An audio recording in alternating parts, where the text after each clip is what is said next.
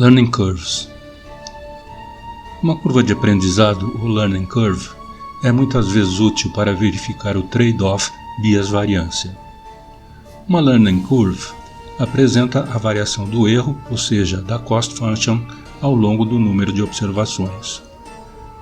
Para exemplificar, vou imaginar um set de treinamento com m observações e começar selecionando uma observação e ir aumentando o número de observações até m. Em paralelo, vou medindo o erro, isto é, a cost function nesse set de treinamento. Vou fazer o mesmo processo com o set de cross-validation retirado do set de treinamento, como já aprendemos. Temos então duas cost functions, uma para o set de treinamento e outra para cross-validation. O objetivo é verificar como se comportam as cost functions à medida que o número de observações cresce, que é o que caracteriza uma learning curve.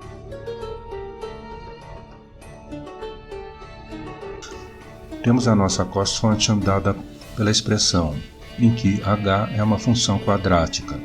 Vamos usar cross-validation, que, como vimos, é o particionamento do conjunto de dados de treinamento em subconjuntos mutuamente exclusivos para estimar os parâmetros do modelo, sendo os subconjuntos restantes empregados na avaliação do modelo.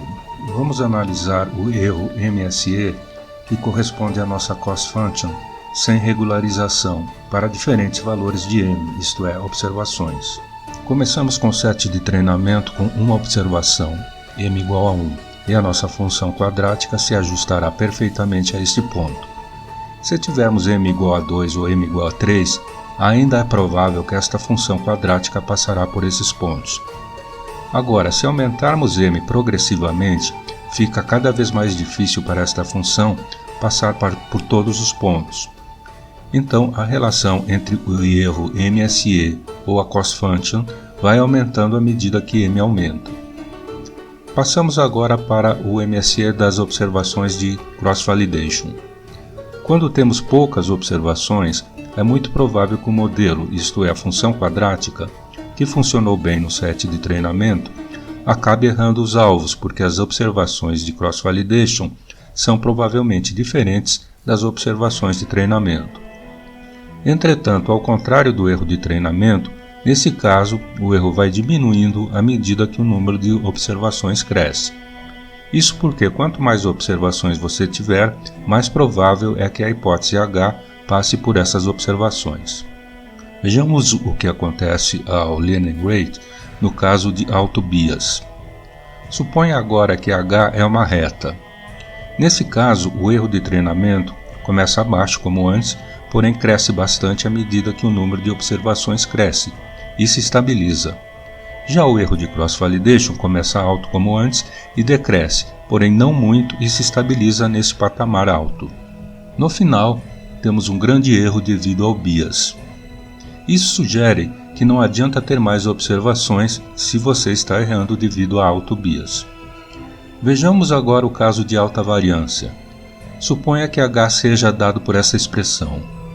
Como sabemos, uma função tão complexa provavelmente acertará muito bem as observações de treinamento e isso resultará em que o erro se estabilizará num valor bem baixo. Agora, nesse caso, teremos um grande overfitting, o que resulta em um erro de cross-validation alto no início e está se estabilizando também bastante alto, mas ainda assim decrescendo levemente.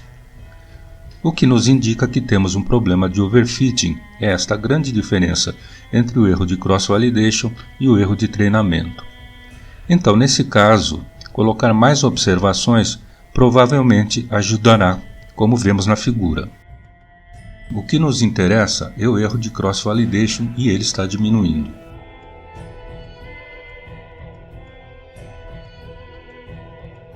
Na prática, as curvas que você obtém têm muito mais ruído. Entretanto, plotar essa curva pode ajudar a diagnosticar os problemas que seu algoritmo está sofrendo. Para finalizar, quero destacar um ponto importante. Diferente dos algoritmos convencionais que atingem um patamar de desempenho, à medida que construímos redes de deep learning maiores e as treinamos com mais e mais dados, seu desempenho continua a aumentar.